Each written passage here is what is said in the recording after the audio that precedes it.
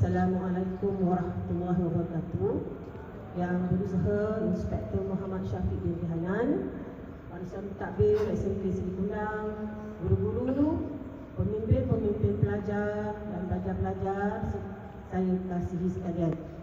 Alhamdulillah, hari ini kita dapat merealisasikan lagi satu program, iaitu Majlis Penyerahan Watikah Pelantikan Pemimpin Murid. Baiklah, saya nak menyampaikan satu cerita tentang pemimpin murid. Sebenarnya pemimpin ada dua kategori. Satu, they are born to be a leader, dan satu lagi, they are developed to be a leader. Dan kalau betul-betul seorang leader yang baik, a great leader create another leader. Betul tak betul? Okay. Sebenarnya setiap individu di hadapan saya ni adalah leader. Leader dalam hidup dia. Dia adalah yang memandu diri dia. You are your own leader. Okay. Awak sendiri adalah leader awak sendiri. Okay. Dan nanti bila ada komitmen, dia akan jadi leader dalam rumah tangga, leader dalam pekerjaan, leader dalam kumpulan, leader dalam pembelajaran. Okay. Selalunya pelajar-pelajar yang dilantik menjadi leader di sekolah, dia akan bawa leadership dia tu sampai ke universiti, sampai dia bekerja nanti. Dia ada. Sebab apa?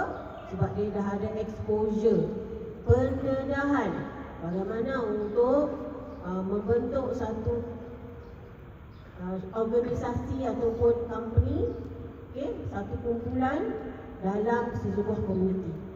Okay, dan dia ada tahulah macam mana nak critical thinking, bagaimana nak problem solving, bagaimana nak coaching, bagaimana nak mentoring orang-orang bawahan dan juga sharing.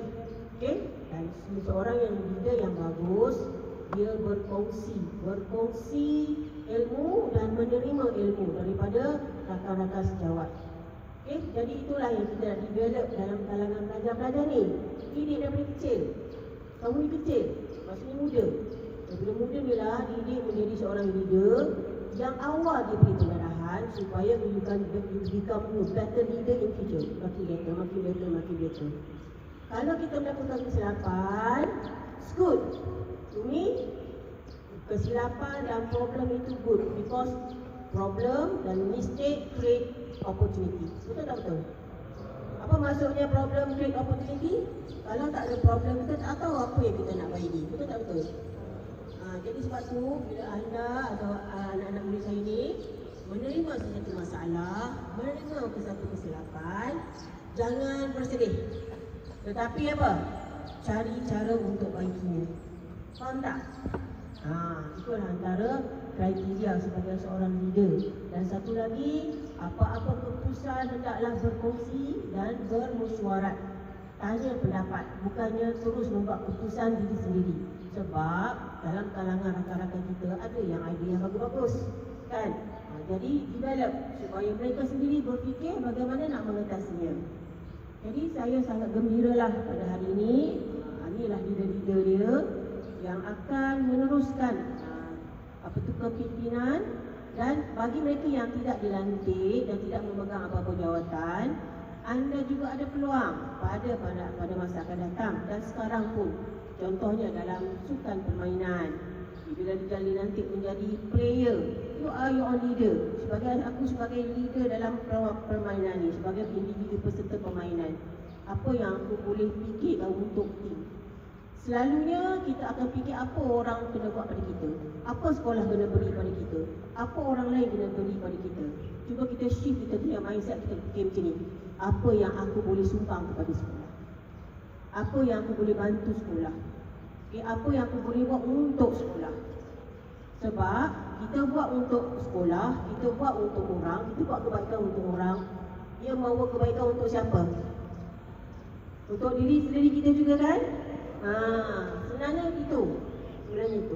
Jadi saya mengucapkan tahniah pada semualah, termasuklah pemimpin pelajar ni dan juga pelajar-pelajar yang ada ni.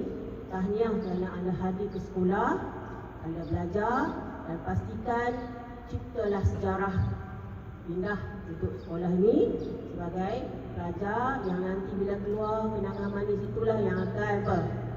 Membawa kenangan yang manis yang mengembirakan kan, nanti bercerita dengan kawan-kawan. Jadi sebagai seorang leader, you mesti berilmu pengetahuan. Kalau leader yang tak berilmu pengetahuan ibarat seperti apa? Kalau leader yang tak berilmu pengetahuan, kalau nak tahu macam mana leader yang tak berilmu pengetahuan, dengar lagu Lancang Kuning. Lagu Lancang Kuning ni maksudnya lancang kuning belayar malam, kalau nahoda kurang faham, alamat kapal akan tenggelam. Nyanyian orang dulu-dulu dan dinyanyikan baru dinyanyikan semua di zaman bilang. Lancang kuning. Lancang kuning belayar malam, kalau nahoda kuranglah faham. Kurang faham tu maksudnya kurang berilmu lah. Alamat kapal akan tenggelam. Jadi janganlah bagi kapal tenggelam. Jadi nahoda mestilah berilmu pengetahuan.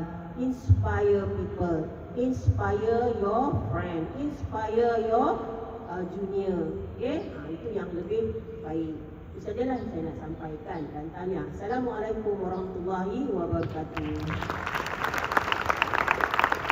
Terima kasih kepada